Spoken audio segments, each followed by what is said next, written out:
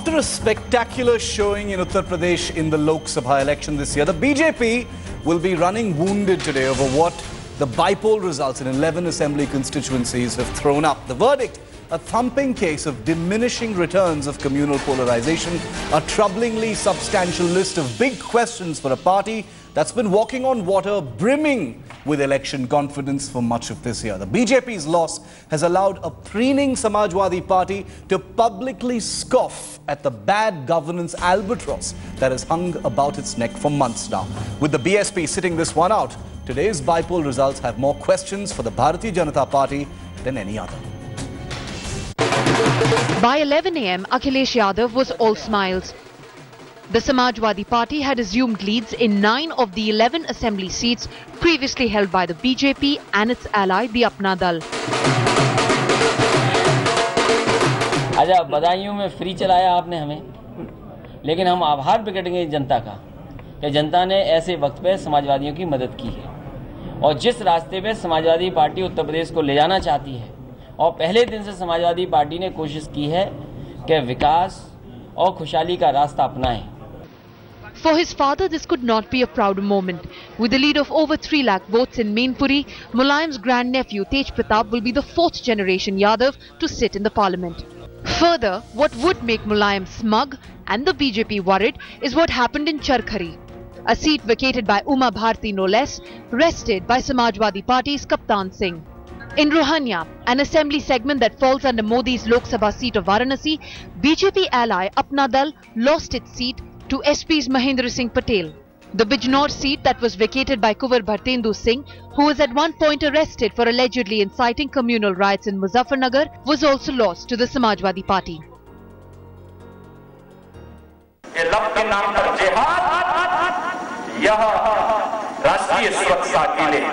हिंदुओं के साथ अन्याय होगा, अत्याचार होगा, तो उसका मुंहतोड़ जवाब देने का काम नहीं करेंगे. जम्मू कश्मीर सरकार की तरह कल ये लोग भी कहने लग जाएंगे कि हम भारत माता की जय भी न बोले.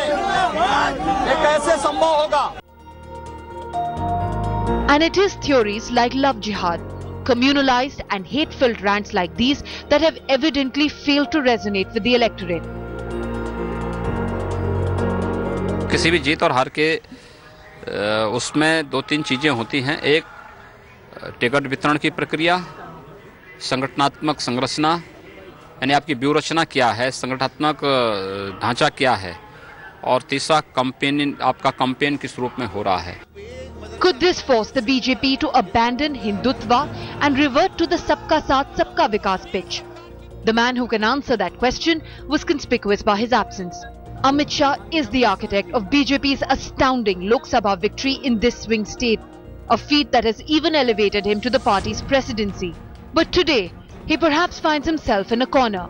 We have seen the rise. The question is, was today the beginning of the fall? We'll perhaps have to wait till 2017 for the answer. Bureau Report, Headlines Today.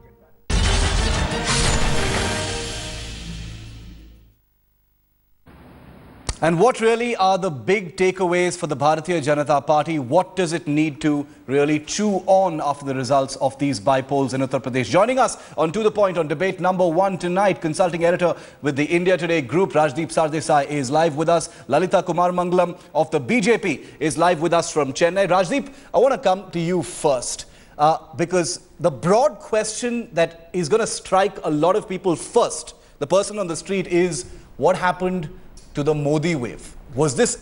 Did this have anything to do with the Modi wave, the sun setting on the Modi wave? Let's be clear, Shiv, a wave doesn't last for 4 months. You know, a honeymoon can last that long, but a wave usually doesn't. And I think what happened is that a general election is very different to a by-election. In the general elections, you were voting for who should come to power at the center. The BJP successfully converted it into a presidential-style campaign. So it was advantage Narendra Modi. Modi was the focus of that election. Clearly, in this by-election, that was not the case. There were local factors. There were factors of ticket distribution that the BJP had problems with.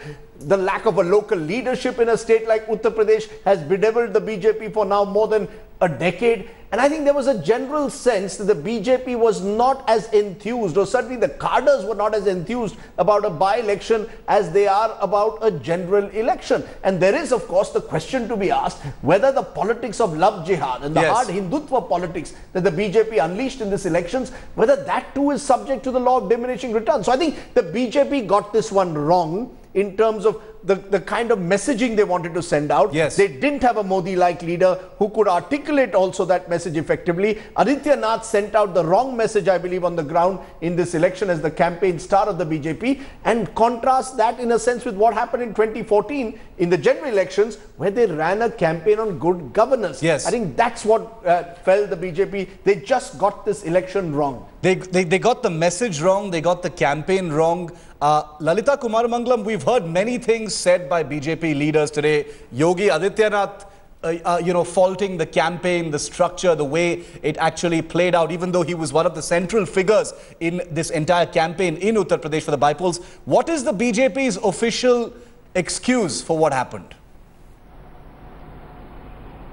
There is no official excuse. We are not going to be dealing in excuses. The fact is that we are disappointed, especially in certain areas, for having lost. There are many reasons for our disappointment, not the least being that, unfortunately, a party that claims to be secular, but everybody knows just hides behind that like behind a mask, has managed to wrest some seats away from us. I'm going to come to the Samajwadi Party in just a bit. What Rajdeep said is quite true. The fact is that we fought a very different campaign for the parliamentary elections, and in these elections Mr. Modi didn't campaign, as you know. He was projected as the Prime Minister. We won that election. These are by-elections, and by-elections are always very different from the parliamentary elections. So to talk about a Modi wave, I think, is really irrelevant here, because it was not Mr. Modi they were voting for. They were voting for either one particular leader or not. We also have to see that in UP the BSP didn't stand at all, and voting percentages were very low. Traditionally, I think throughout the country it's known that when voting percentages are so low, normally the advantage is to the home party, so to speak. That is the party who's in power in that state. Nonetheless, having said all this, we are disappointed by the results. We will introspect and we will look at what factors will help us to cover the ground that we have lost. Rajdeep, failure to recognize the importance of local factors, Hindutva politics, polarization, simply not, bringing in the dividends that the BJP expected, the RSS cadre being complacent on the ground, low voter turnout, the lack of a strong face for the BJP among the state leadership. If we had to put all of these, factors together, is this something that the BJP is going to be willing to accept when it goes into the post-mortem of what happened in UP? I think the BJP will have no choice. I think there was a euphoria within the BJP after what happened in the 2014 general election, the remarkable victory, particularly in UP. And sometimes victories of this scale can also lead to an element of complacency. A belief that you can now walk on water, as I said yesterday in the context of Maharashtra. And I think an arrogance has crept in, and I think that's what has felled the BJP. The BJP even thought, as we've seen in this election, of experimenting with old-style Hindutva. Now, the fact is, when you won an election on a successful formula of governance, why did you move away from the formula? That's what the BJP really has to answer. And I think part of the problem is they do not have a strong local leadership in Uttar Pradesh. Amit Shah was successful in galvanizing the RSS cadres and galvanizing the BJP cadres for the general elections. He wasn't able to repeat it perhaps to the same intensity in a by-election. And for the Samajwadi Party, on the other hand, as the party in power in the state in Uttar Pradesh, they were perhaps able to use this by-election to make a comeback. So therefore, they had the hunger this time to make a comeback. The BJP seemed fattened by the victory that they had in the general elections, and somewhere the hunger perhaps was missing in this by-election. There are more questions for the BJP, and we're going to get more specific in the next few minutes. I want to bring in our other guests as well and introduce you to them. Sharad Pradhan, senior journalist, joins us from Lucknow. Rajiv Rai, National Secretary of the Samajwadi Party, is live with us as well. And Sanjay Jha, spokesperson for the Congress, is with us. Sharad Pradhan, I quickly want to bring you in on what you thought were the three big takeaways as far as the BJP is concerned. And we'll put those to Lalita Kumarmangalam before we bring in our other two guests. Sharad Pradhan. Well, Rajdeep, I think it is the overconfidence and arrogance of the BJP, they thought that they could revert back to the Hindutva agenda. For what reason I fail to understand, because Modi had played the development card, he had raised the aspirations of the people, the hopes, and he never embarked on anything that was even remotely communal during his entire campaign. He kept away, shunned anything that was communal. And why his follower Amit Shah, who's his right-hand man, should be doing that? Because it was Amit Shah who handpicked somebody like Adityanath, who was simply a rabble-rouser and who was known only for spewing venom, communal venom. And why a man like him was given the leadership of the campaign is I fail to understand. Because either they were trying this card, they were trying to revert back to the old card, and under RSS pressure or whatever, and in the hope that they would, talk that was going on in BJP circles was that we will try and make the minority vote redundant. Even Amit Shah was heard making such statements during the Lok Sabha campaign. So it was, if that was the objective and they tried this, this whole thing has backfired miserably. They failed. And in the bargain, they have brought a bad name to Modi. Lalita Kumaramangalam, are you willing to accept that, that's the nub of what happened in Uttar Pradesh, the fact that there was such a sharp shift in the message from, from development to a very clear, very sort of explicit Hindutva angle? See, first of all, with all due respect to the gentleman who was just spewing venom about the BJP, the fact is that these are by-elections. They are not state elections, not even covering the whole state. They're just by-elections. And while, yes, those who are anti-BJP can crow today to their heart's content, the fact also is that, ironically, for all that's being said by these learned gentlemen on the TV, it is a fact that the constituencies, two of the constituencies that were won, were where Yogi Adityanath had campaigned.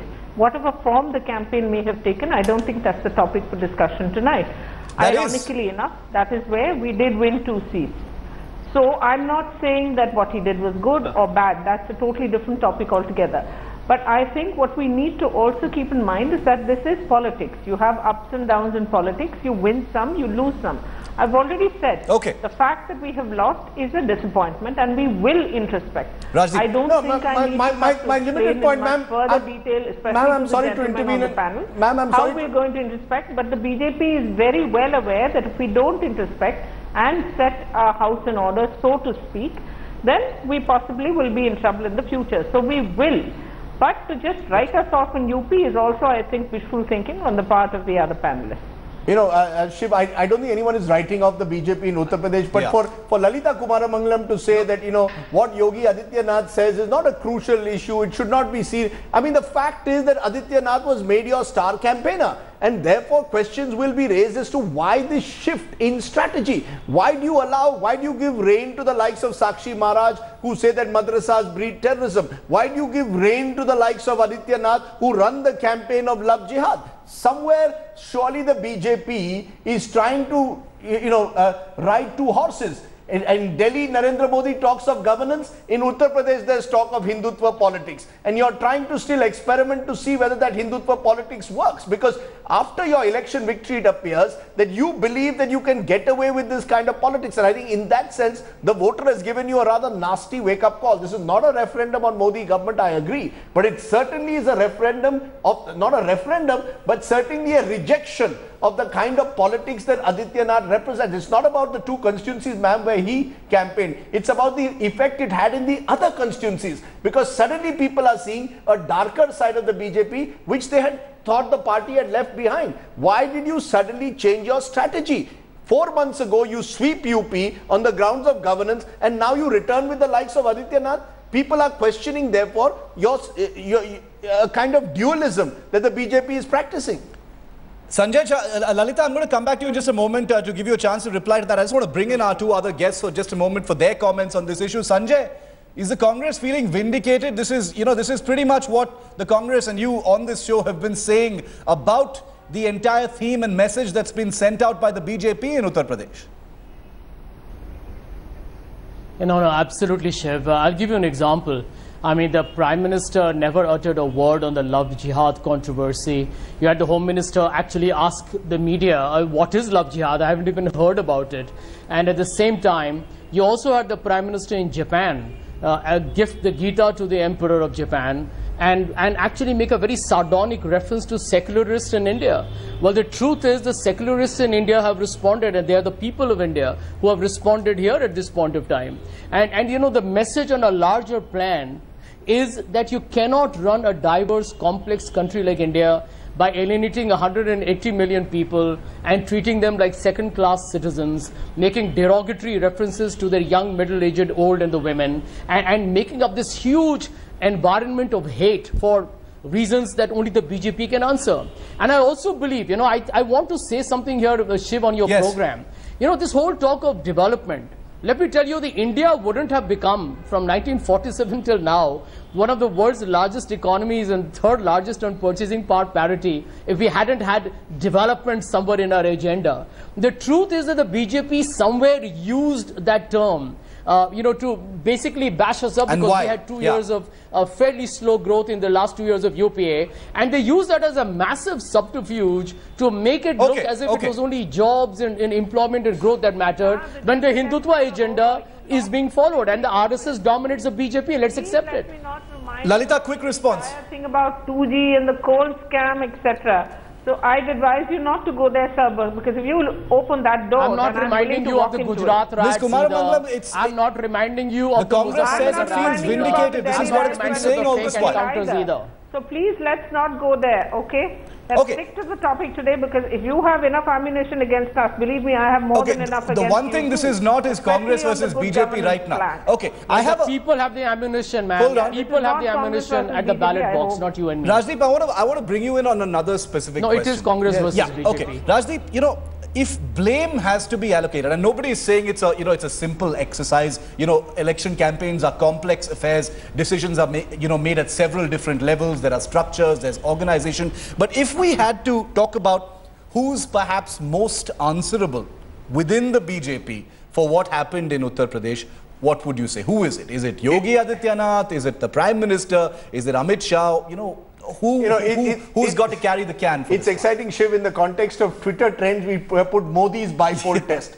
Frankly, the two people who have more to answer for today are Amit Shah, who's the president of the BJP and still in charge of the state of Uttar Pradesh, who's been talking only a few weeks ago about how the BJP is going to sweep this country from Kohima to Kerala and from Kashmir to from Kashmir to Kanyakumari. So I think Amit Shah has to answer why did he allow the campaign of the summer of 2014 to descend into what we've seen in the autumn of 2014. Why is the party suddenly at one stage talking about the governance here and then running with the communal hound? That's what Amit Shah has to answer, and Lakshmikant Bajpai has to answer. He's the one who made what I thought was a patently ridiculous comment to say 99% of the rapes are done by people of one community. Now, if you make such ludicrous comments to the new, Narendra Modi attracted young India because he spoke their language. Absolutely. The problem is that the BJP in Uttar Pradesh is still speaking the language of the past. India has moved on. The BJP needs to recognize that. Modi was clever enough to recognize that in the general elections.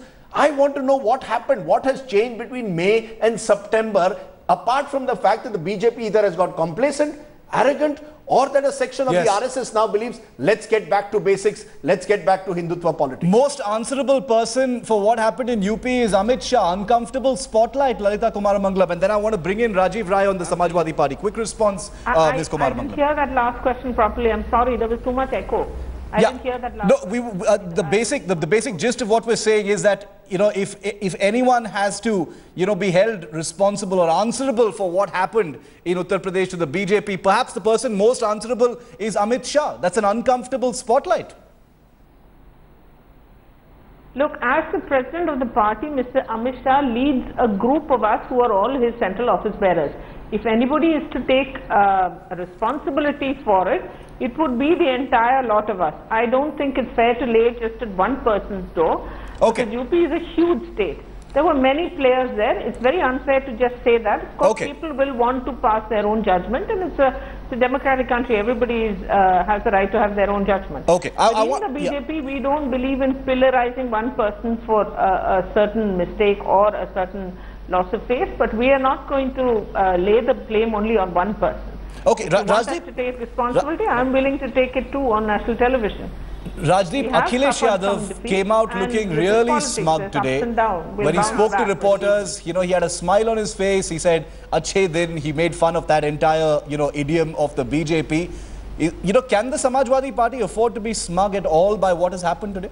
I think all the political parties are getting this election horribly wrong. Or the by-election verdict. They are all living in cloud cuckoo land. The Congress believes this is a referendum on Narendra Modi and a defeat of Narendra Modi.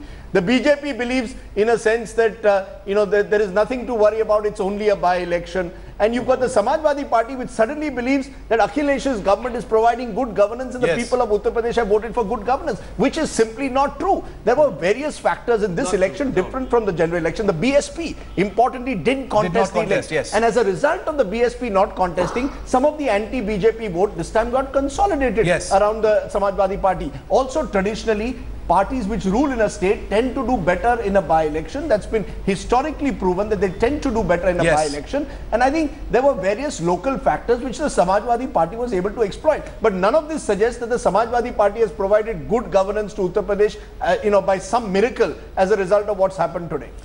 Rajiv Rai, why is Akhilesh Yadav, why is the Samajwadi Party, looking at what has happened in these bypoll results as a referendum on good governance? It certainly isn't. See, when the result goes against us, you say it is not good referendum. It is not in your favor.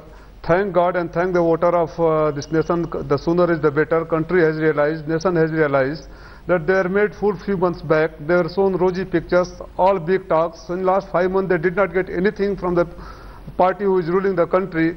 And those 5 months, they have realized the hate politics should not work for the country.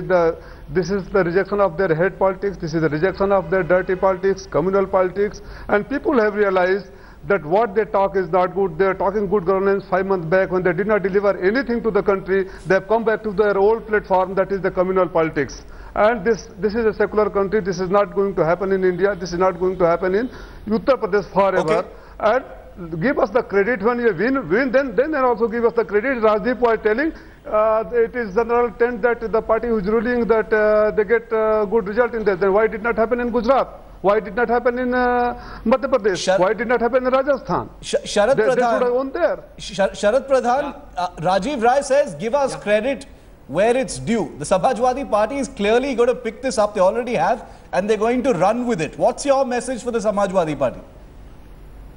Well, I think whatever Samajwadi Party has got today is by default.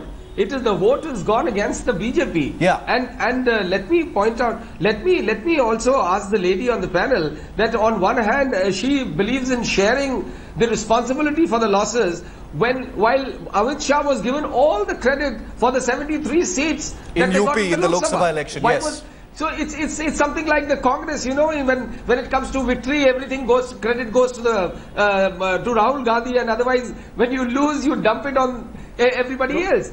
So it sounds, Amit Shah, I would say that the entire vote, the unprecedented BJP win in Uttar Pradesh in the Lok Sabha is due only to Modi.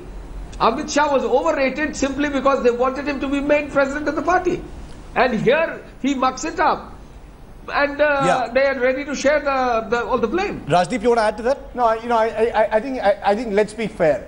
Amit Shah ran a terrific campaign for the general elections of 2014. The micromanagement that they did, the manner in which he was able to enthuse the cadres, the selection of candidates that was done, they plotted UP well in the general election. Obviously there was the Modi factor, obviously there was the factor of an Akhilesh government that stood discredited, of a Manmohan Singh government that stood discredited.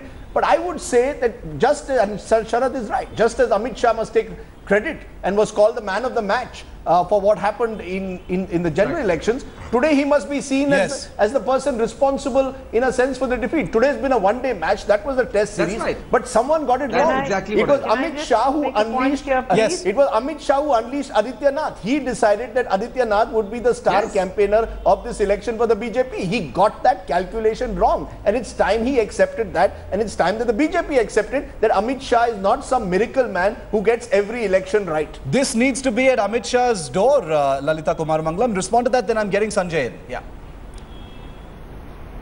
I think you should leave it to the BJP to decide at whose door it will finally be laid. But believe me, it was not just Mr. Amit Shah who was credited with the win in India. It was Mr. Modi.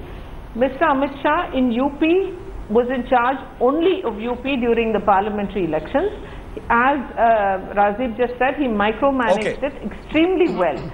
Today he is not sat in any particular state because he is the party president. Having said that, let me say that we don't believe in just finding fault. Yes, when credit is due, it will be given. Whether you may like Mr. Amit Shah's brand of politics or not, that's a different question altogether. Okay. But undeniably, he was largely responsible, aside from Mr. Narendra Modi himself, for the win in UP. Today, as I said, we accept that we have not done as well as we expected, and yes, we are disappointed and we will introspect. I'm not saying no. We have not read the mood of the people correctly this time, and of course we will look at the reasons for it and we will regroup and do better in future. Sanjay, that must sound familiar. You know, the BJP is sort of protecting Amit Shah the way the Congress is want to protect Rahul Gandhi when stuff like this happens. Well, I think double speak has always been BJP's forte, and I want to congratulate them for it. But you know, frankly, Shiv, it's not difficult to understand why the BJP chose Yogi Adityanath in Uttar Pradesh.